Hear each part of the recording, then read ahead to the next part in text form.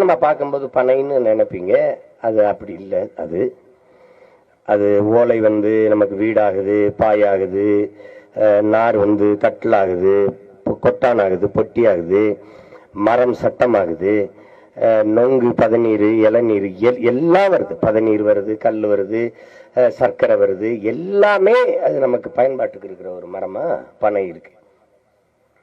அதனாலதான் நாங்க இந்த பல கோடி பனை திட்டத்தை கொண்டு வந்தோம். நாங்கள் அதிகாரத்துக்கு வரும்போது இருக்கிற பனையை எப்படி, இப்ப எங்க பிள்ளைகள் பனை சந்தையை வச்சிருக்கிறாங்க, பார்த்துருப்பீங்க.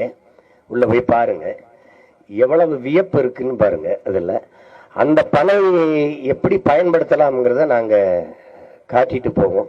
ஆனா நாங்க நட்டு வச்ச மரம் பிறகு மரமாறதுக்கு நாளாகும். எங்க பிள்ளைகள் அதுக்கு பிறகு அதை பயன்படுத்தி பொருளாதாரத்தை மேம்படுத்திக்கிடுவாங்கங்கிற நம்பிக்கை எங்களுக்கு இருக்கு.